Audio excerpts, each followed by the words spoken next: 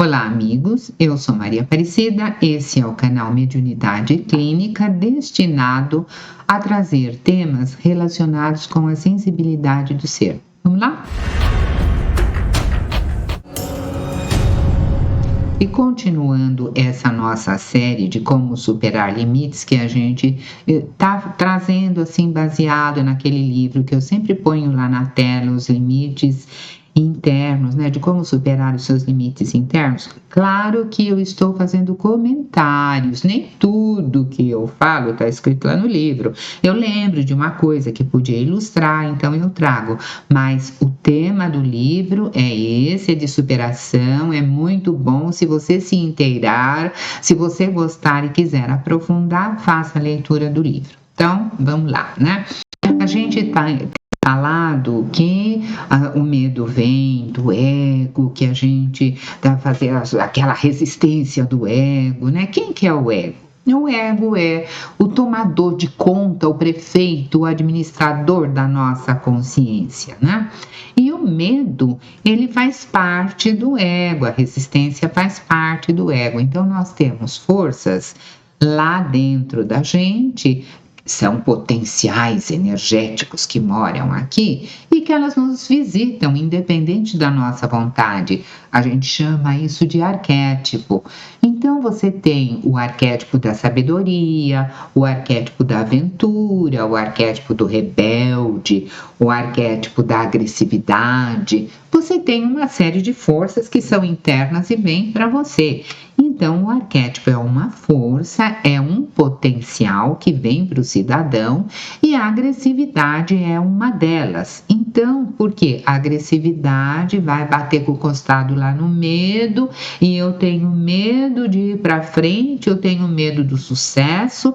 Então, vamos olhar um pouquinho essa agressividade. E esse exemplo que eu estou trazendo agora não está no livro, mas eu achei bastante pertinente, então eu trouxe por conta e risco, tá? Então, olha lá, para quem está olhando, né, lá na telinha, vai ver que você tem a agressividade e na sequência você tem constrangimento, medo, fobia. O que é isso? É assim, a força é a agressividade, mas ela não chega para você pronta, vem aquela força, vem aquela energia e você elabora aquilo, às vezes como nossa, não vou trabalhar com isso, é feio, é agressividade, não posso, não dá. Então você dá uma sufocada naquilo. E quando você sufoca, aí ela começa a aparecer como um constrangimento. Vai descendo a escada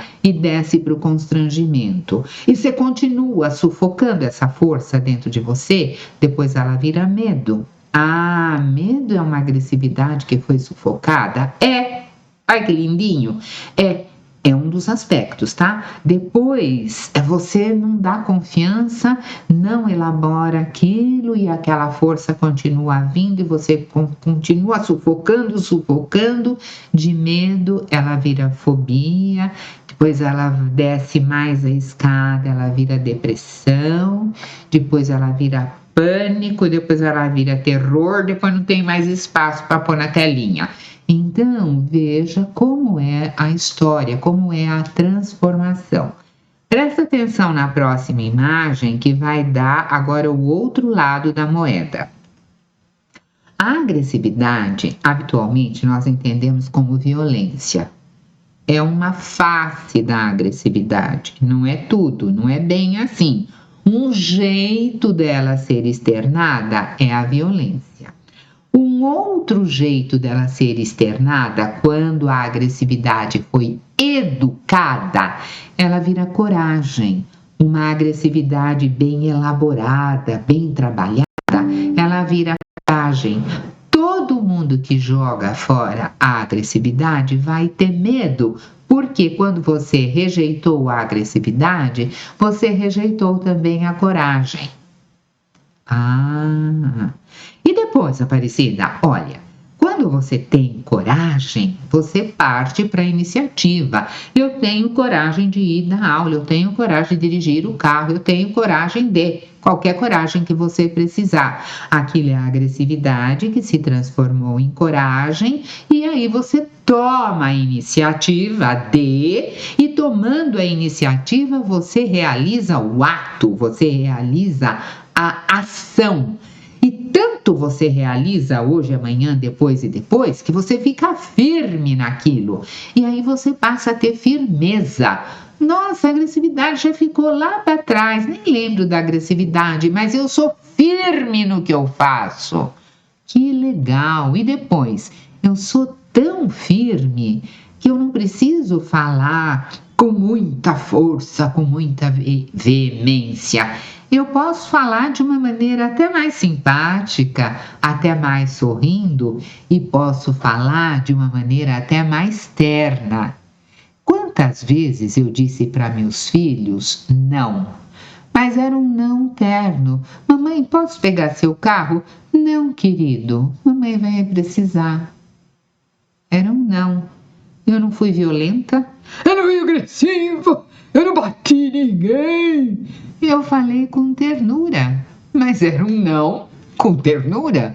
Aí eu aprendi a usar o não com ternura. Fiquei terrível, né? Você vai aprendendo coisas. Então, a rota da agressividade, ela pode tomar o caminho da violência, mas ela pode tomar o caminho da coragem. E ela pode tomar o caminho do constrangimento. Tudo depende. Gente, isso aqui é um condensado, condensadíssimo, diminuto, pequenininho, minúsculo. Isso aqui é tema para a gente estudar 2 anos seguidos, tá? Mas vamos adiante. Então, você tem essa força da agressividade dentro de você, o potencial chegou dentro de você, chega aquela energia, entra na minha consciência e quando chega aqui na minha consciência, eu vou resolver o que eu vou fazer com ele. Sou eu que resolvo. Mas se eu não sei o que resolver, fica sem resolução. Eu posso seguir as orientações do meu ego, que é o tomador de conta da minha consciência, ou eu posso seguir as orientações do meu self, que é o representante da divindade em mim. A gente podia dizer da minha alma, para ficar mais fácil, né? Quem é o self, quem é a alma. Então, você vai prestar atenção na telinha de novo e vai ver lá que nós temos uma imagem onde nós temos o azul no fundo, que representa, aquele mar azul, representa o inconsciente. Depois você tem aquele círculo vermelho, que representa a nossa consciência, a periferia de um pedaço. É como se houvesse uma ilha e eu estivesse ali na superfície daquela ilha, né? Ela é representada pelo círculo vermelho. O ego, que está lá, que você está vendo um círculo amarelo e o nome ao lado, ego, ele administra só essa linha vermelha. E o self? O self é a minha alma.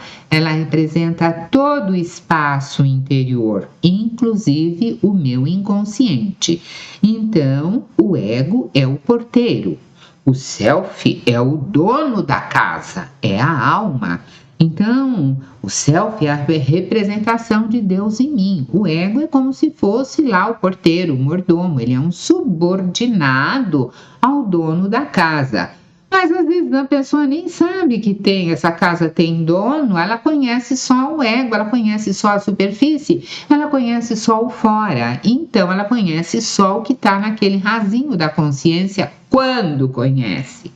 Então, olhar para dentro e descobrir esse universo lá dentro é interessante, porque se eu nem sei que existe uma falha feita pelo porteiro, como é que eu vou acertar isso, né?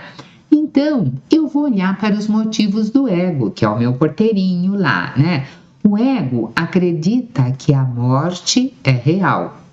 E o self, aquele que representa a divindade em mim, é como se eu tivesse, sabe, um embaixador?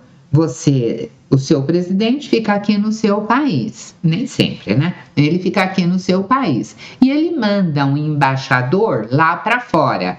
Então, Deus manda um embaixador aqui, um representante dele aqui, meu self. Isso é psicologia analítica explica, né?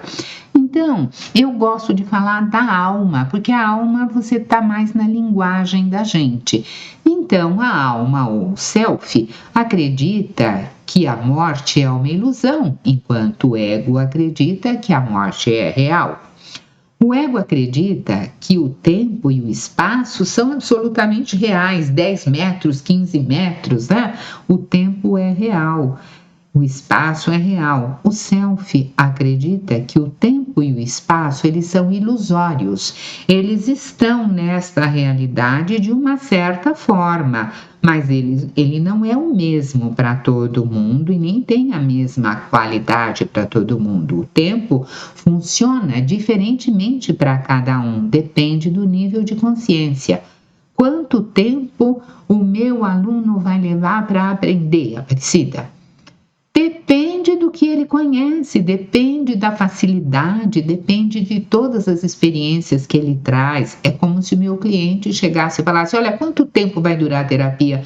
Não sei da sua presteza para isso, não sei da sua disponibilidade interior para isso. Então, o tempo vai durar para cada um. Embora o relógio tenha 24 horas para todo mundo, é um tempo cronológico, o tempo interno não é para todo mundo, não. Tem gente que saca as coisas rapidinho, saca, realiza e larga tudo para trás. E tem gente que vai levar 10 encarnações para entender essa história de tempo, né? O ego acredita que todo indivíduo é independente e é diferente do outro. O self acredita que todos os seres são apenas um. Lembra, eu e o pai somos um? Isso é coisa do self. O ego acredita que o impulso predominante da vida é a autopreservação, é um instinto, né? O self acredita que o impulso predominante da vida é a inclusão, é a busca do todo, é essa integração. O ego acredita que Deus não exista. O self acredita que só existe Deus. E eu quero que você perceba que o ego e o self existem, o ego e o self existem simultaneamente em cada um de nós e compete à nossa consciência trabalhar nessa integração de ego e self, né?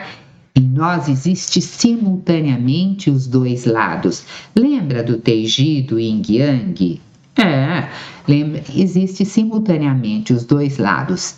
Instinto de preservação, você sabe que você tem, e a crença em Deus, que você sabe que você tem também. Então, presta atenção em nós. Ao mesmo tempo, nós temos as duas coisas. Alguns percebem só o ego, outros percebem o self. Outros conseguem perceber os dois, né? Já descobriram a pluralidade do ser e busca equilibrar. Eu tô nessa história do equilíbrio aí, sabe? Quando que eu olho para um, quando que eu olho para o outro, e a gente vai descobrindo à medida que vai se conhecendo. Olha, quando você colhe uma rosa, né? Você também traz os espinhos com ela. A rosa não aparece assim inteira para você. Tá lá a rosa no caule e junto tem os espinhos. Luz e sombra faz parte da vida do ser. Nós vivemos o dia e nós vivemos a noite e procuramos tirar o melhor de cada um. Quando você olha a criança, aquele bebezinho que nasceu, você sabe que ali dentro mora um adulto já, que aquilo é uma semente humana, né? Quando o sujeito está em equilíbrio, ele já descobriu que o ego é um caminho que pode levar ao self, que pode levar à alma, que pode levar ao interior. E o self é o que tem de mais profundo no nosso ser. É aquela parte que nos mantém unidos à divindade, que nos mantém unidos a Deus. Então, é por isso que eu gosto de chamar de alma, fica mais fácil de entender. O self é aquela parte nossa incapaz de falsidade.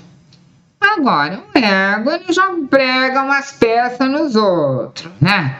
O self está sempre envolvido em nos levar para rumos maiores, para conquistas maiores.